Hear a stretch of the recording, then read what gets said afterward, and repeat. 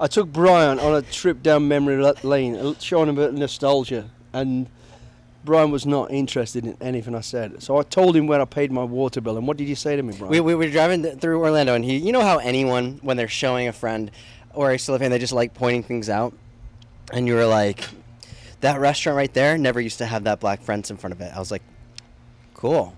Then you go by this other building, see that building right there? And he was serious. He's like, see that building? That's where I used to pay my water bill. And I was like, hey, Billy, we're friends. I love you, man, but I don't give a where you used to pay your water bill. That's the difference, Brian. See, that's the powers of observation. I already picked up that fence wasn't there before.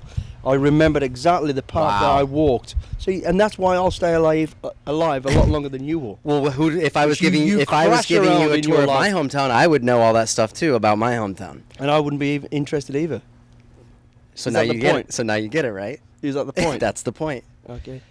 So, but I actually, think about it more, because it means so much to you. I would like to go back there and get my picture taken in front of that building where you used to take your water bill. You. You ain't going nowhere with me.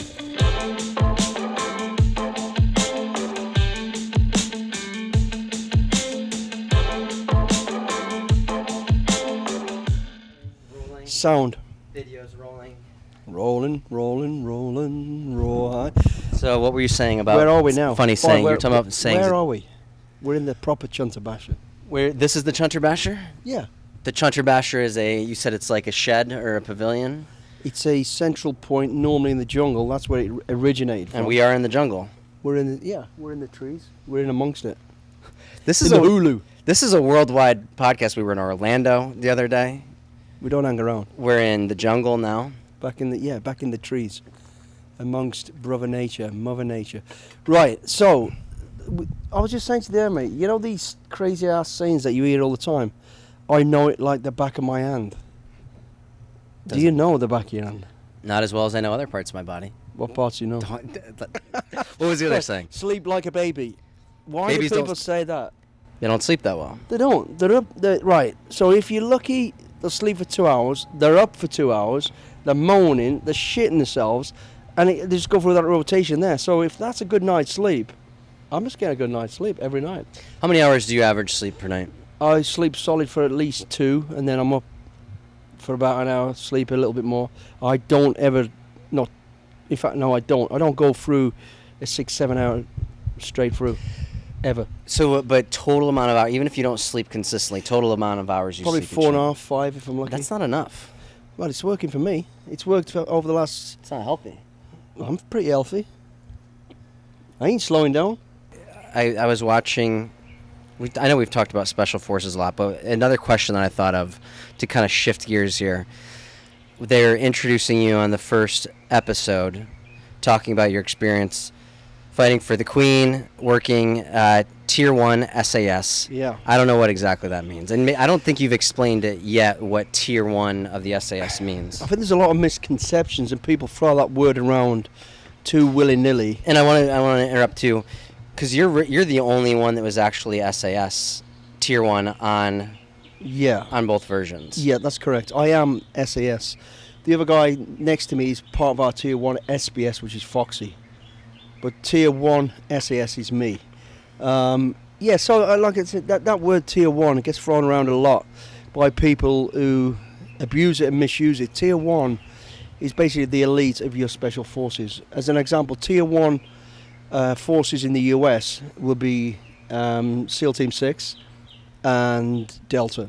In the UK, it's SAS and SBS. Now, Tier 1 operations or missions are literally governmental changing operations. You know, you work at such an high level, strategic level, and it has a massive impact, not just on your own country, your own troops, on world policies and changing. It really does. That's the level you're working at Tier 1. Now, I've heard people saying, I've led Tier 1, I've done Tier 1. Unless you are the Director of Special Forces, you have not led Tier 1. So all that throwaway comments that you were asking me about the other day, has that guy no, they haven't.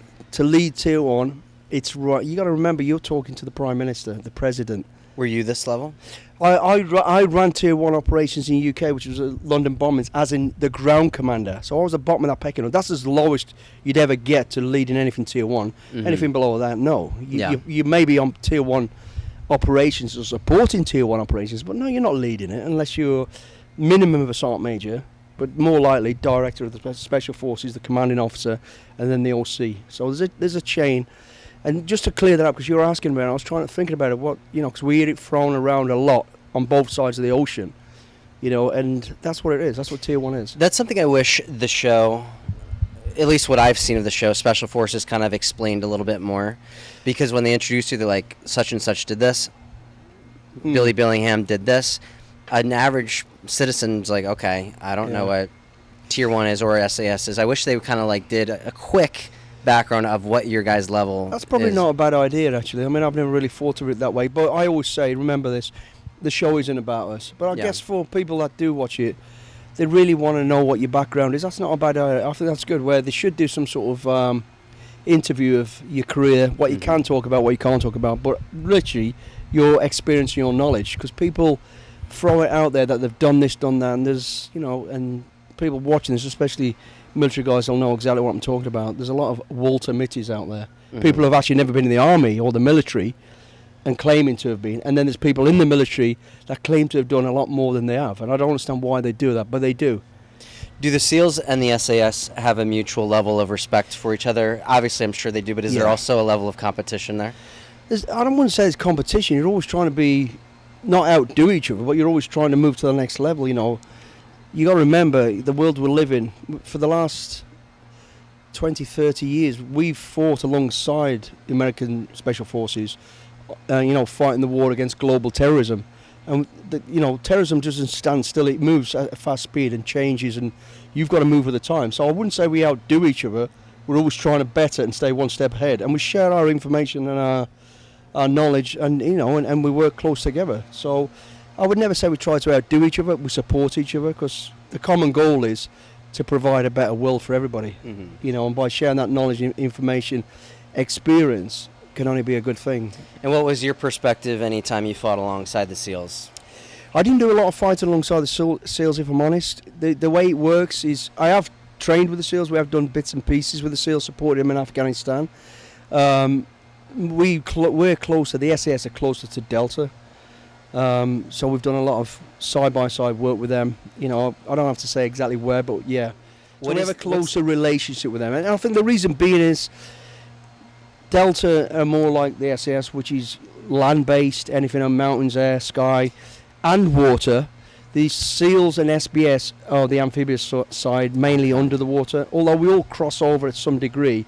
But I would, happily say that the lead on ground counter-terrorism, coming from the mountains, coming from the skies, is SAS and Delta. See, I feel like on average, we as Americans hear more about the SEALs than we do Delta. I'm not, as just a normal citizen, not very familiar with what Delta forces are. Yeah. I feel like we hear more about, it's the SEALs. Well, there's people go, well, that's why, because the Delta are more cloak and dagger.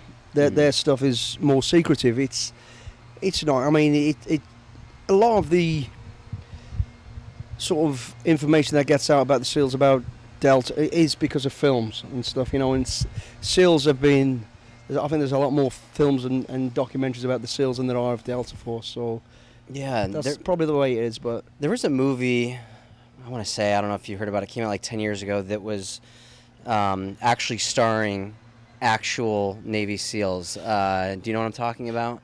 I don't, but I do know. There's quite a few. There's what I was surprised. I mean, I've worked with some of the real good guys. I mean, I work with Remy, I work with Q right now, and they're saying a lot of their guys do get out into that world, what we're in now, the celebrity stroke, movie stroke, entertainment world. And if it's something based on a military experience or background, then rightly so, because then you're getting correct information. And exactly. It's authentic.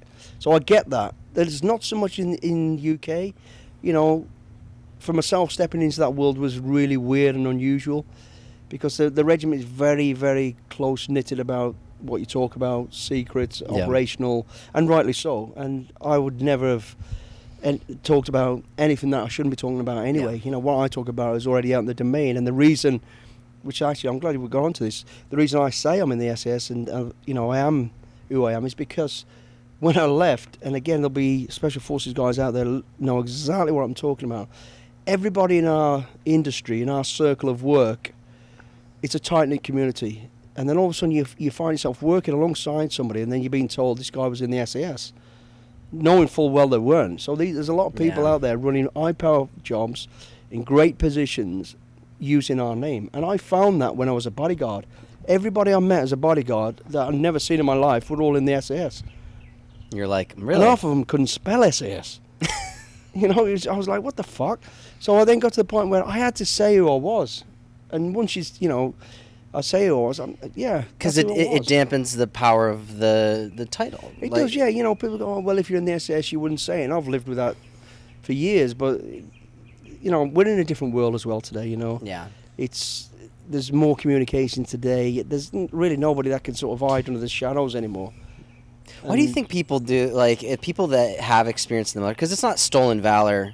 Stolen valor is when you're actually lying about being in the military. But this being in the military, why would people try to make their standing bigger than it is? Because they're not going to get away with it. Of course, in daily life, but if you start advertising that and the public that you did something, mate, that's it's a great crazy. question. It's somewhere we ask ourselves, why are you doing that? Why don't you just be happy with who you are, what you are? You know, and a lot of blokes are genuine, just go, yeah, this is who I was, this is what I did. But there are, like you say, alluding to there, a lot of people going, yeah, I've done this and I've done that. As we were talking earlier, people saying, I've led Tier 1 operations and I've done... No, you haven't. Mm-hmm. And, you know, the people in that world know that, but they can't be bothered to call them out. Yeah. You know, and I can't, to be honest. I mean, if you want to live that lie, that's what you're doing. You're living that lie. Yeah. You don't want to get in back and forth with people in the public sphere of questioning their titles. I don't want to... What's the point? You know, you just be proud of who you are, what you are. Don't try and be... Because it will come back and bite you in the ass. Brian, who's that bloke over there? I'm going to kick this guy out who's coming in to try to invade our interview. Anyway, the name of the movie title. You did not need to headbutt that guy. He was only coming over to ask who you were. Yes, I did. Okay. It's just that we're in the jungle again. Violent Brian. Yeah. So, anyway. Yeah. Act of Valor is the name of the movie. It came out in 2012, and it was I'd never even saw it, but I remember it being big news because it was actually starring. Yeah. Action, and it wasn't like a reality. It was a narrative, normal movie. It wasn't like a documentary or anything. It was a movie starring. I haven't seen. I'll show you the trailer after. I don't watch a lot of military stuff, if I'm honest. You know, because I end up sitting there criticising most of it, except for Band of Brothers, which I think is great. Awesome. You know, and what I love about that, they speak to the older people who've actually done it, so they've got good advice. You know, it's based on true stories. Of course, everything gets buffed up a little bit for entertainment, as it does, but someone like Band of Brothers, I think the other one's Pacific, yeah. Owen was talking to us about that the other day. I've only seen bits of that, but that looks good as well. Did you start watching it after Owen talked to us about it? Yeah, I need to watch that. I've watched 1 or 2 episodes so far. Well, what's interesting too is with World War II veterans and how time works, there's not many of them left. No. So thank God, like we live in a time that we can capture these experiences somewhat accurately in cinema and film and stuff. Think about, Revolutionary War, Civil War. You know, any movies made about that in Hollywood, they're not talking to actual Civil War veterans or Revolutionary War veterans. So you wonder how accurate those movies can be. I'm sure they are, but who are we to know any different? Because I was hearing someone was saying something about history. History is only told by the victors. Yeah. And they can tell the story however way they want to tell it, if it's not actually recorded. Yeah. I mean, I think some of these documentaries are pretty accurate, you know, where they do go speak to both sides. And there's a few lately that I haven't seen, but I've heard about. There's one about the Falklands War, where they've actually... Where you fought, right? I didn't fight it. No, you didn't? No, I joined after the Falklands. I was still a young kid then. Your friend Benny that I met did, right? Yeah, Benny did, yeah. And many of my friends did. A little bit older than me. But, going back to the reality and how realistic these things are. So there was a program done recently, I think, in the last few years, where it's a documentary where they sat and spoke to a lot of my friends that were there in the Falklands about their experience, starting off what life was like at home, why they joined the military, how they got, and then into the Falklands War. But then they actually went across to Argentina and spoke with some of the soldiers that are still alive that actually fought against these guys on the same mission, same target. For instance, Mount Longdon, when 3 Para took Mount Longdon, and then the survivors that went back to Argentina many, many years later, they've interviewed those guys and said their side of the story. And then, I haven't seen it, so it's hard for me to comment on it, but I've heard it's really, really powerful, really, really Yeah, good. I'll have to check it out. The common thing between each forces is they were doing what they believe the right thing to make the world a better place, not to be an aggressor or just to, do things to show power. It was about for good reasons, And Have you ever been able to sit at a bar and have a beer with like a World War II veteran? yeah, I've spoke with many of them, mate. Yeah. And it's always fascinating to hear their side of the story. But there's a common thread all the way through their backgrounds, how they grew up, how they were either enlisted or volunteered, Yeah. to be in the military. But it's just interesting to see what their backgrounds were like, what they were, what they were doing with their family at the time, how they were sort of living their life, to how they felt when they first went into conflict. So you don't, as much when you have conversations with them, try to talk about the technical, strategic things. You want to know the story behind how they felt. Yeah, because the only thing that changes in conflict and war is technology, really. You always added a new element, whether it be chemical frigging warfare or aircraft or what it laser, whatever it may be, or drones as it is now. Mm-hmm. So that's the only thing that's different. The mentality of the people is still the same, and that's what I'm always interested in. Well, think about too, with we don't fight wars anymore. I mean, in America and the UK, where there's a draft. Last time that happened was Vietnam and World War II. So a lot of these people are immersed into a world that they may not be emotionally or mentally wired to, be conditioned for. I mean, and for you, you signed up and you knew this is what you wanted to do. But imagine if you wanted to be a pharmacist or, a librarian, and you were not built to be a warrior, and you're thrown into combat, and they must have a completely different emotions and way they deal with it versus someone who that's exactly when you're volunteering training for it, your mindset's that direction. Exactly that. When you're being forced into it, mm-hmm. which you are, like the word in the Second World War, the draft as you call it. Yeah, I mean, that mindset is totally different, and those stories are different. When you talk to the veterans, how they thought about it, what they thought about it, and how they approached it. Yeah, it's all. But then what is interesting, like you just said, and I've said to you, is there ain't many of these people left. Mm-hmm. So we should capture those stories. Yeah. And I always hear the thing about they don't talk about this. People do talk about it. If you talk to them for the right reasons, people will talk about it. I always find, and it's not everybody, of course, people go, oh yeah, well he doesn't talk about his experiences. And when I talk about people of my generation and what I know generally what people have done and not done from their units and all this, he doesn't talk about it because of this, that. And I'm thinking, he doesn't talk about it because he probably hasn't fucking done a great deal. Mm-hmm. A lot of them, not all of them. So you get that side of it. But I think for the older generations before our time that went to war, World War, for the reasons of allowing us to have the life we have today, I think it's really important to capture those last people's sort of diary of what they felt, why, and people should never forget that. And we're losing it. We haven't got many veterans left. So. You know what, actually, I read through is my grandfather. So my father's father, as I've told you, fought in World War II. Yeah. And we have all of his letters that he wrote home to his family when he was a soldier. And it's really interesting to read because he's not... You can tell he's hiding really bad shit that he's seen. And he's just talking about more happy, upbeat things, asking questions about them. Yeah. You get some information about, like, hey, we're here right now, all this stuff. And it's very interesting. And I would actually love, I think my dad, too, would love to just kind of get it published or something. Because even a lot of other people did that. You have copies of letters that they wrote home. But I remember my dad saying that when his father came home, his parent, he didn't talk about the war at all to his parents.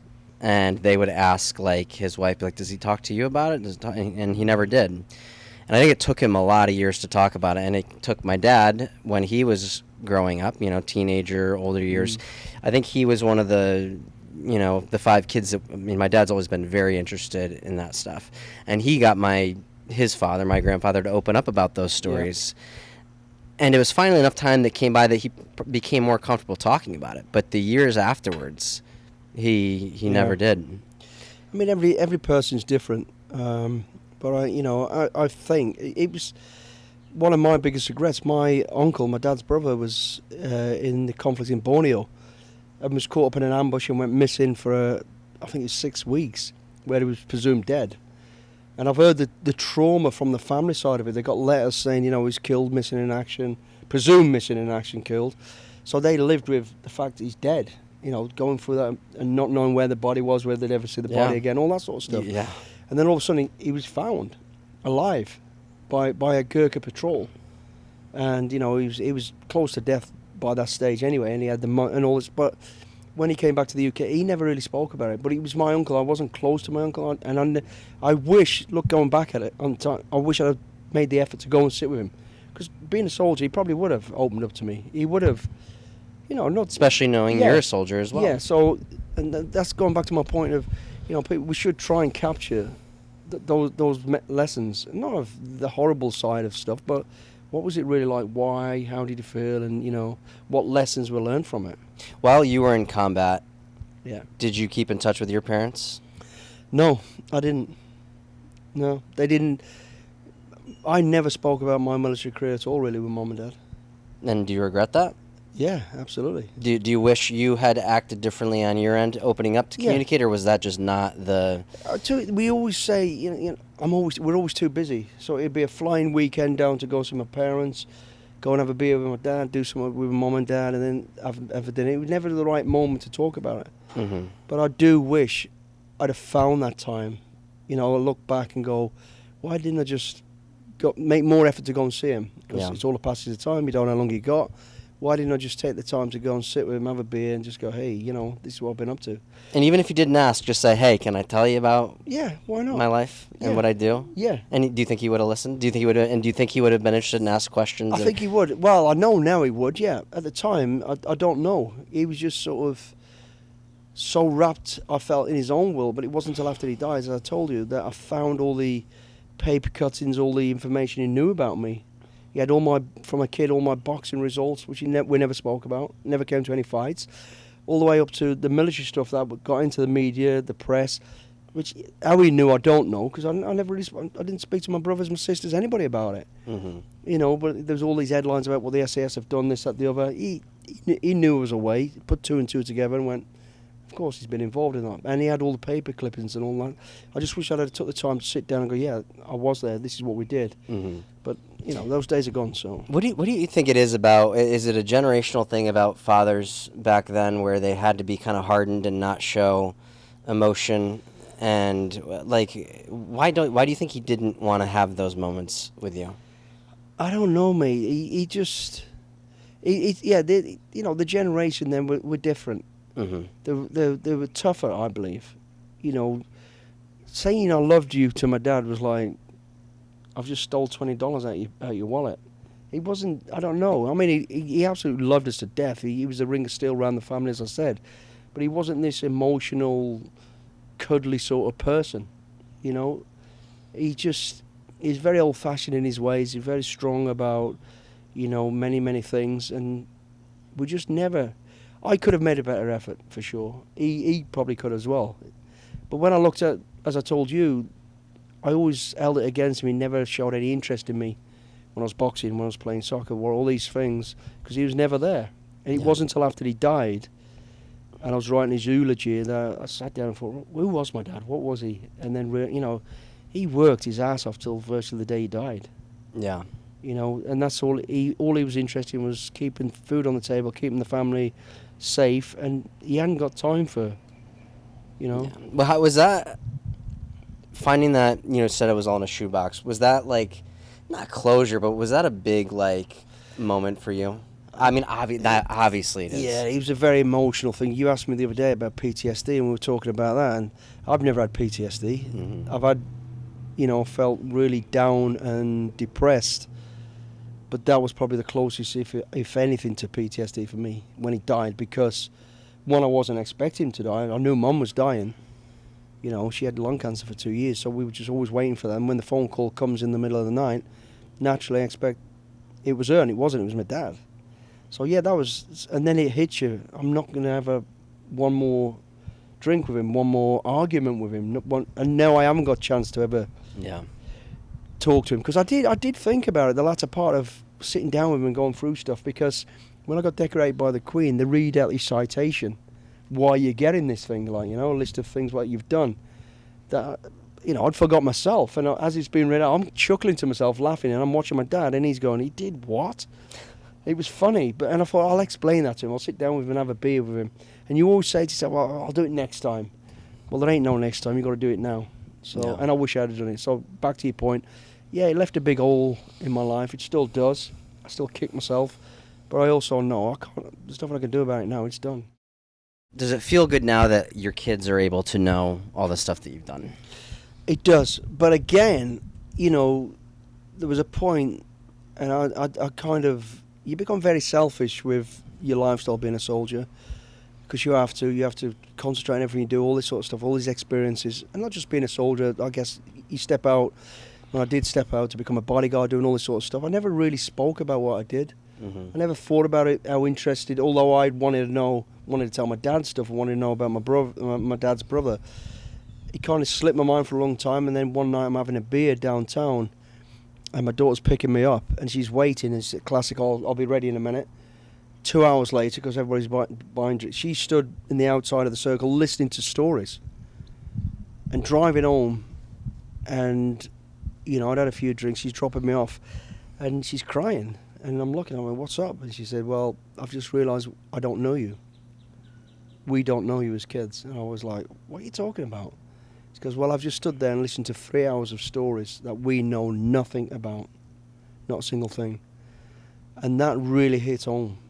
And it was just after that I thought, I'd been asked to write books before, and I thought, I don't want to write a book. I never wanted to, but then I thought, I'm going to write my memoirs just so they can see, and I can explain stuff maybe later on. So I started doing that, and that's when I decided to put it into a book, as in my autobiography. Tell them the stories of from growing up to this, to this, to this. And that was the reason I first wrote a book.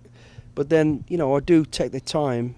I don't go into great detail of ins and outs of conflicts and missions, but I talk about the life in the military, why I was always away, what I was doing to a degree, and all that sort of stuff.